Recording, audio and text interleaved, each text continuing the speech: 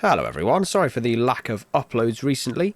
I went away on holiday a couple of weeks ago, and just at the time when that was happening, Redeem Zuma uploaded a video on transubstantiation, apparently debunking it, and I wanted to make a video, but of course I was away. So everyone's already beaten me to it, but I thought I'd still do a video on it, as I thought I'd come up with a pretty good analogy and some other ways at looking at the topic. But anyway, let's begin. So I've set out four proofs of mine that they're not really separate.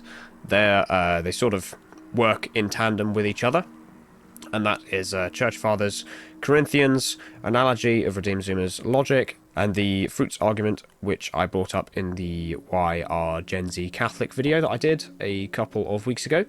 So to begin, Church Fathers. Now, I've obviously brought up St. Ignatius of Antioch on this channel and previous videos many times before, so I thought I'd use him again, though he's not the only example.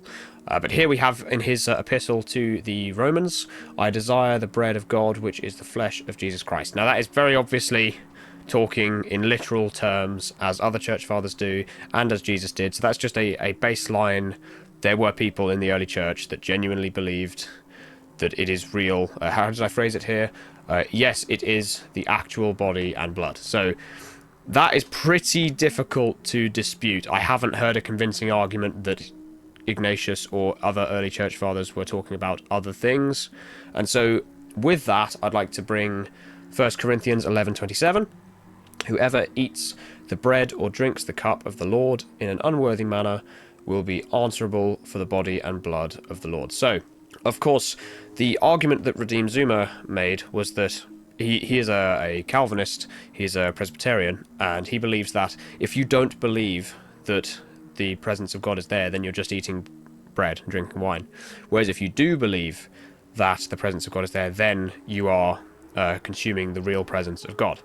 And this would be pretty difficult to explain for someone in his opinion.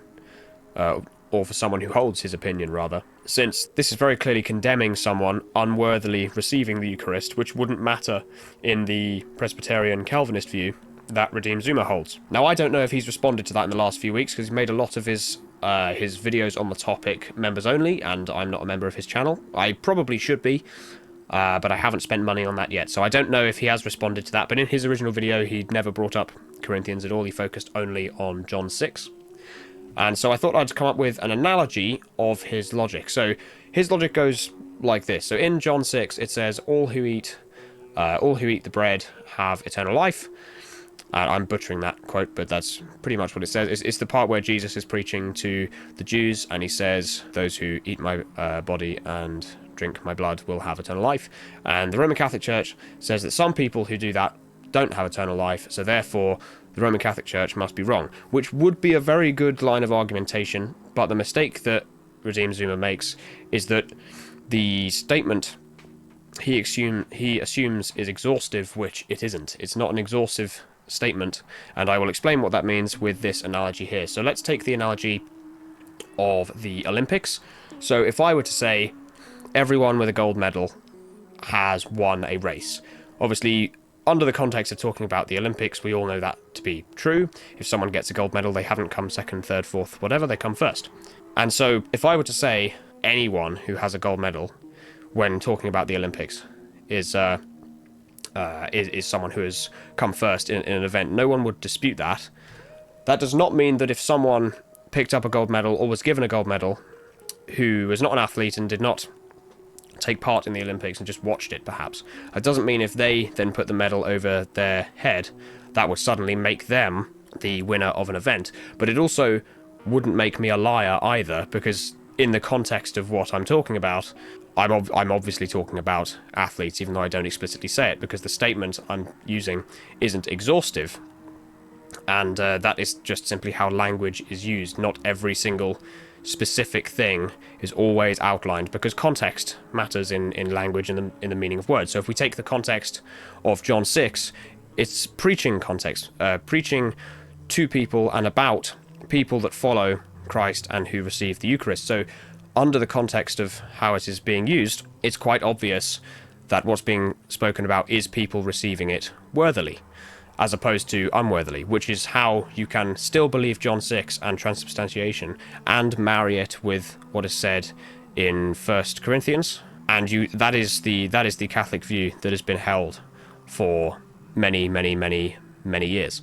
So I thought I would put a nice little argument on the end here, which I brought up in a previous video, as I mentioned. This is the fruits argument. So if we look at the Roman Catholic Church and the Eastern Orthodox Church, they both believe in the literal body and blood, not like a real presence where it's only there if you think it's there, etc. Which is what Redeemed Zuma says in his original video. The Roman Catholic Church and the Eastern Orthodox Church both say that it's the real body and blood of Christ, even though the Eastern Orthodox schismed away before the 13th century when transubstantiation was formally clarified. And so since the Roman Catholic Church and the Eastern Orthodox Church have so many differences, if they agree on something, it is very highly likely that that something is historically accurate. So this would be an example. Another example would be bishops and priests and deacons, which of course Protestants have issue with as well, and actual apostolic succession. I think I've heard Redeemed Zuma say that Protestant, like mainline Protestant churches do have apostolic succession, but they don't have any bishops, and apostolic succession comes from bishops, since only bishops can ordain priests. That is just the way it's always been done. And so since Protestant denominations don't have bishops, that simply doesn't work. And also, the argument that he gave for that was they got their apostolic succession through the Catholic Church when they then broke off. But if they got their succession through the Catholic Church, that must mean the Catholic Church has a valid succession and is therefore the one true church. So breaking off would make them schismatic, and so that's kind of a self-refuting point that he makes. But anyway, so those would be all of the arguments that I thought of, and I was mulling over them on holiday and all that. So it's good to be back, and I hope you enjoyed the video. Thank you for watching. God bless, and like and subscribe.